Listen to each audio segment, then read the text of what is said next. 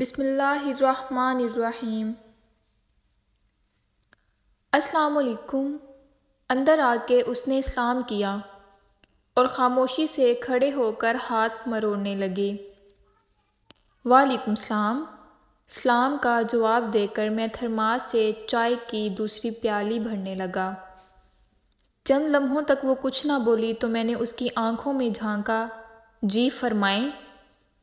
حالانکہ اس کی آنکھیں چیخ چیخ کر اپنی شکست کا اعلان کر رہی تھیں، وہ ہار چکی تھی۔ اس کے اعصاب میرے پے در پہ حملوں کی تاب نہیں لا سکے تھے۔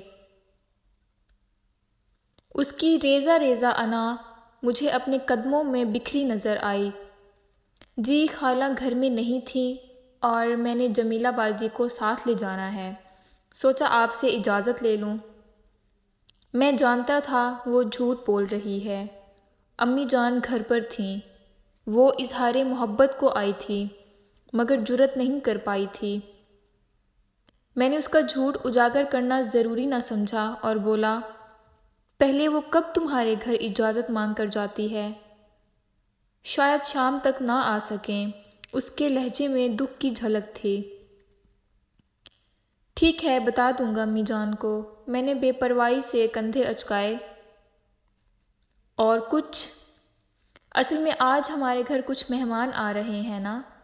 وہ جانے پر آمادہ نظر نہ آئی۔ میں جانتا تھا وہ آج اپنی انا اور خودداری ہار کر ہی کمرے سے نکلے گی۔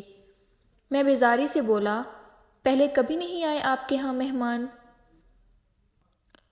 وہ جھجکتے ہوئے بولی، اس مقصد تو نہیں آئے۔ کیسا مقصد؟ میں نے استہزائی انداز میں پوچھا۔ میرے چچا ہیں، ان کا بڑا بیٹا ڈاکٹر ہے، اس کا رشتہ مانگنے آ رہے ہیں۔ اس نے میری معلومات میں اضافہ کیا۔ جی میں آیا زوردار کہکا لگاؤں۔ وہ اپنے چچا کے کندھے پر بندوق رکھ کر فائر کرنا چاہ رہی تھی۔ جانتی نہیں تھی کہ میں اس کی ساری چال بازیوں سے واقف تھا۔ میرے اندر جھانکنا اس کے بس سے باہر تھا۔ اچھی بات ہے، ایک ڈاکٹر کا رشتہ قسمت والی لڑکیوں کو ملتا ہے۔ اس کا دل توڑنے میں نے کوئی دقیقہ فروغ گزاشت نہیں کیا تھا۔ اچانک اس کے چہرے پر غصہ نمودار ہوا، لگا وہ میرے گریبان پکڑ کر چیخ چیخ کر پوچھے گی، ظالم، اور کیسے اظہار کروں؟ کتنا نیچے گرانا چاہتے ہو؟ اتنا کافی نہیں ہے کیا؟ مگر پھر گہرا سانس لے کر اس نے اندرونی حالت پر پردہ ڈالا۔ غصہ بتدریج غم میں ڈھلا اور آنکھوں کے کٹورے چھلکنے کو بے تاب ہو گئے۔ میں بے حس بن کر اس کی شہدانگی آنکھوں میں جھانکتا رہا۔ ایک کرب آمیز سسکی لے کر وہ مڑی اور تیز قدموں سے باہر نکل گئی۔ مجھے احساس ہوا کہ کچھ غلط ہو گیا ہے۔ میرے لب اسے روکنے کو ہلے تاکہ تفصیل پوچھوں، آیا وہ سچ کہہ رہی تھی یا جھوٹ؟ بس بہت ہو گیا تھا۔ وہ عورت ذات ہو کر اس حد تک آ سکتی تھی تو مجھے قدم بڑھا کر اسے تھام لینا چاہیے تھا، مگر افسوس میری آواز نے ساتھ نہ دیا۔ لب ہلے مگر بے آواز۔ میری انا اب تک زندہ تھی۔ میری مغرور سوچ نے کہا، یہ اظہار نہیں تنبیہہ ہے، دھمکی ہے کہ اگر میں نے اظہار نہ کیا، اپنے والدین کو نہ بھیجا تو وہ کسی اور سے شادی کر لے گی۔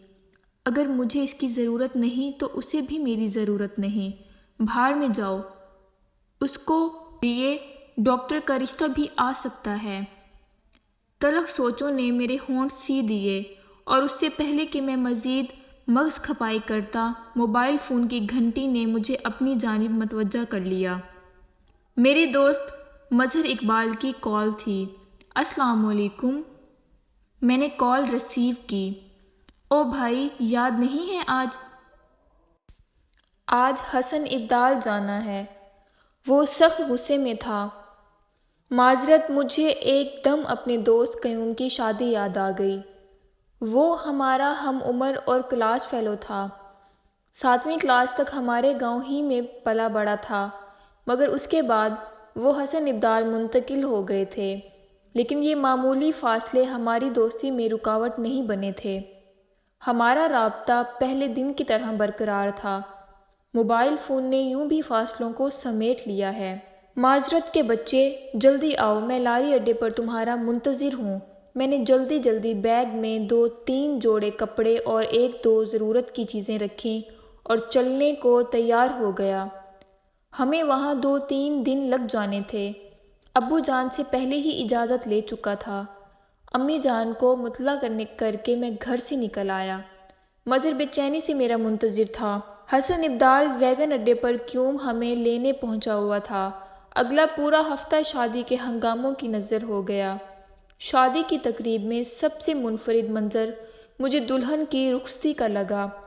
والدین کے گھر سے رخصت ہوتے وقت ماں باپ اور بہن بھائیوں کے گلے لگ کر رونا خوشی اور دکھ کا عجیب امتزاج تھا۔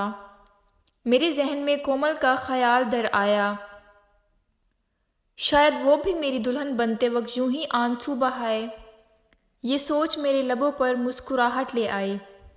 مجھے آخری ملاقات یاد آئی۔ ان کا بڑا بیٹا ڈاکٹر ہے۔ میری یادداشت نے اس کے الفاظ دہرائے۔ ڈاکٹرنی صاحبہ، ہاں یہی خطاب ٹھیک رہے گا۔ شادی کے بعد ناک میں دم نہ کر دیا ڈاکٹر کا نام لے کر تو میرا نام بھی ثاقب نہیں۔ اور پھر اسی دم میں نے فیصلہ کر لیا کہ جاتے ہی اسے اپنا آپ سونپ دوں گا، ساری شکایتوں کا مداوع کر دوں گا، شاپنگ کو بھی لے جاؤں گا۔ اس سے زیادہ ایک باحیا کو آزمانا مناسب نہیں تھا۔ اور یقیناً ابو جان اور امی جان نے بھی میرے فیصلے کو سراہنا تھا۔ ہم شام ڈھلے ہی واپس پہنچے تھے۔ مظہر کو الوداع کہہ کر میں گھر کی جانب بڑھ گیا۔ دروازہ عشاء کی نماز کے بعد ہی کنڈی کیا جاتا تھا، تبھی دستک کی ضرورت نہ پڑی۔ گھر میں داخل ہوتے وقت عجیب سا احساس ہوا جیسے کوئی بھی موجود نہ ہو۔ اپنے کمرے کی طرف بڑھتے ہوئے میں نے امی جان کو آواز دی، امی جان، میں آ گیا ہوں۔ عجیب رشتہ ہے ماں کا بھی، اولاد جتنی بھی بڑی ہو جائے ماں کی شفقت کی محتاج رہتی ہے۔ مگر میرے پکارنے پر ابو جان کمرے سے نکلے، تمہاری ماں اور جمیلہ احسن صاحب کے گھر گئی ہوئی ہیں۔ کیوں؟ مجھے حیرانی ہوئی، مگر ابو جان میرے سوال سے پہلے اپنے کمرے میں غائب ہو چکے تھے۔ میں سر جھٹکتا ہوا اپنے کمرے میں داخل ہو گیا۔ عشاء کی اذان کے بعد امی جان اور جمیلہ بھی واپس آ گئیں۔ تب میں ٹی وی کے سامنے بیٹھا تھا۔ ان کی آمد پر میں طنز سے باز نہ رہ سکا۔ بڑے سیر سپاٹے ہو رہے ہیں۔ خود دوست کی شادی میں حسن ابدال ہفتہ گزار آئے ہو اور ہمیں پڑوس میں جا کر سہیلی کی شادی میں شمولیت پر طعنے دیے جا رہے ہیں۔ جمیلہ حسب عادت چپ نہ رہ سکی، البتہ امی جان نے مسکرانے پر اکتفا کیا تھا۔ کون سی سہیلی؟ میں حیرانی سے مستفسر ہوا۔ جناب، میری ایک ہی سہیلی ہے، کومل احسن مجید۔ کیا؟ لگا میرا سانس رک رہا ہے۔ دل اتنی شدت سے دھڑکا کہ سینے سے باہر نکلنے پر تیار ہو گیا۔ میرے چہرے پر وحشت نمودار ہوئی۔ امی جان کمرے میں جا چکی تھیں اور جمیلہ ٹی وی اسکرین کی جانب متوجہ تھی۔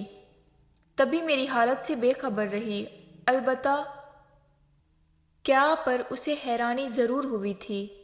جس دن آپ شادی پر گئے اسی دن اس کے چچا زاد کا رشتہ آ گیا تھا۔ بڑی پس و بیش کے بعد احسن چچا نے ہاں کی، کیونکہ اس کا بھائی جھٹ منگنی پٹ بیاہ پر زور دے رہا تھا۔ اس کے بیٹے نے MBBS کی تکمیل کے بعد اسپیشلائزیشن کو اسی ہفتے لندن روانہ ہونا ہے، اور وہاں کی ثقافت ایسی نہیں کہ کوئی شریف لڑکا پارساہ رہ سکے۔ اس ڈر سے کہ واپسی پر بیٹا کوئی بدیسی دلہن ساتھ نہ لے آئے، باپ نے دیسی دلہن کا انتظام کر دیا ہے۔ یقین کرو بڑی نصیبوں والی ہے میری سہیلی۔ حالانکہ احسن چچا دل سے راضی نہ تھے، ان کی ہچکچاہٹ کی اصل وجہ آپ تھے، کیونکہ وہ اب تک پر امید تھے کہ ہم کومل کا رشتہ مانگ لیں گے اور گھر کی بات گھر میں رہے گی۔ مگر جب ابو جان نے بھی اتنے عمدہ رشتے کی طرفداری کی تو انہیں ماننا پڑا۔ گو چچا باپ جیسا ہی ہوتا ہے، مگر اپنے گھر سے تو دور ہو جائے گی نا میری سہیلی۔ جمیلہ اور بھی بہت کچھ بتاتی رہی، مگر میرے دماغ میں سائیں سائیں ہو رہی تھی۔ اگر وہ ٹی وی کی جانب متوجہ نہ ہوتی تو میرا وحشت زدہ چہرہ دیکھ کر ضرور ششدر رہ جاتی۔ اسے بولتا چھوڑ کر میں اپنے کمرے کی طرف بڑھ گیا۔ وہ حیرانی کا اظہار کیے بغیر ٹی وی کی طرف متوجہ رہی۔ اس کے خیال میں کومل کو ناپسند کرتا تھا۔ کمرے میں گھستے ہی ضبط کا لاوا پھوٹ پڑا اور گرم سیال میرا چہرہ بھگونے لگا۔ میری ضد اور ہٹ دھرمی نے یہ دن دکھایا تھا۔ میں نے سسکی بھری، تمہارا ہاتھ میرے ہاتھ سے یوں چھوٹ جائے گا، اگر ہم کو خبر ہوتی اسے زنجیر کر لیتے۔ آنسو بہتے رہے مگر رونے سے دل کا بوجھ ہلکا نہ ہوا۔ میں نے اٹھ کر الماری کھولی۔ ایک خانے میں ان تحائف کا ڈھیر لگا تھا جو میں اس کی ہر سالگرہ پر خرید کر الماری کی زینت بنا دیتا۔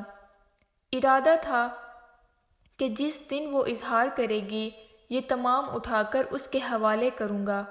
وہ میرے جذبات سے بے خبر تھی اور اس کے نزدیک میں نے کبھی بھی اسے تحفہ دینا گوارا نہیں کیا تھا۔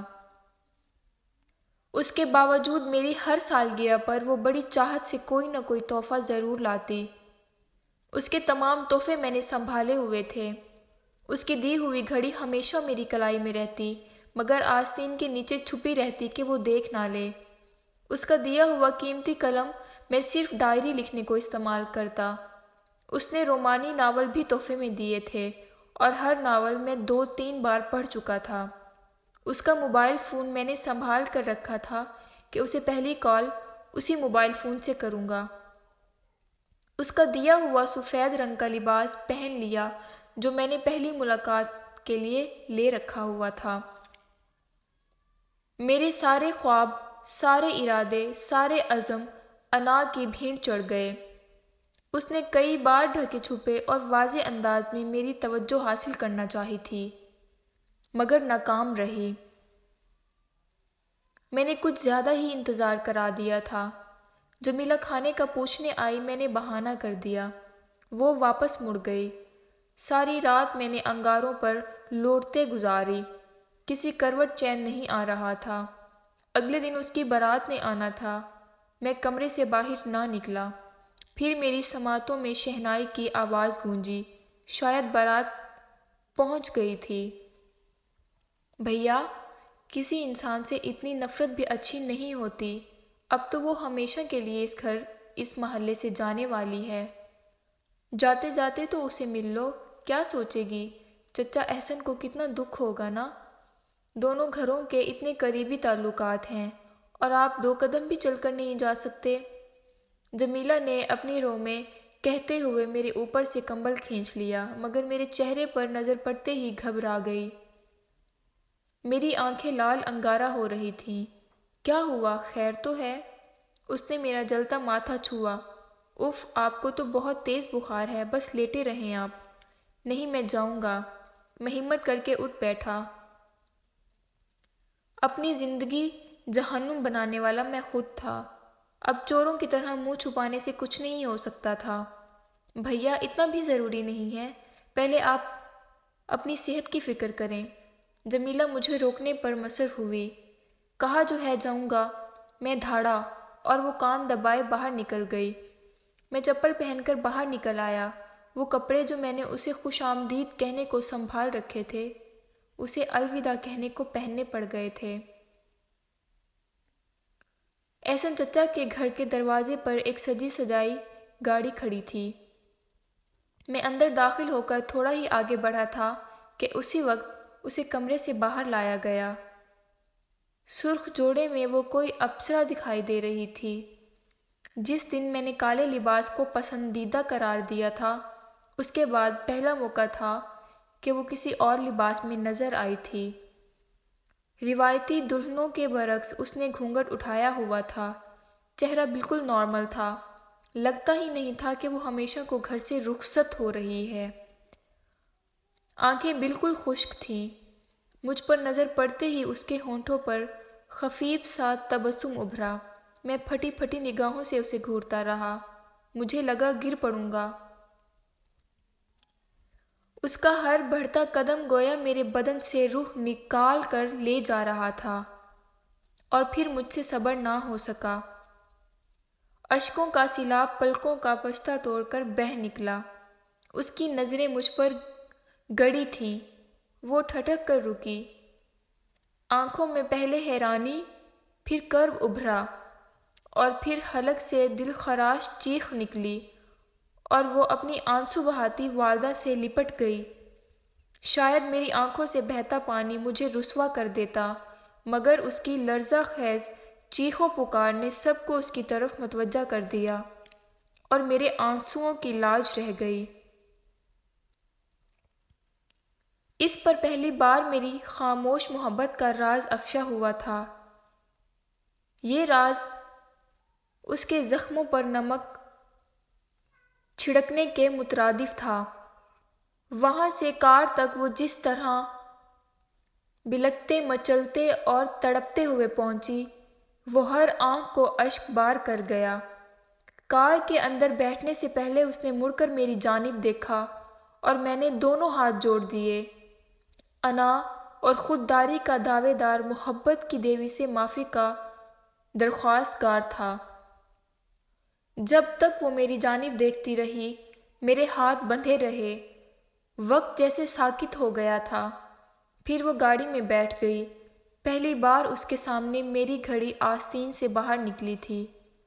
کار کے روانہ ہوتے ہی کسی نے میرے بندھے ہاتھوں کو جدا کیا۔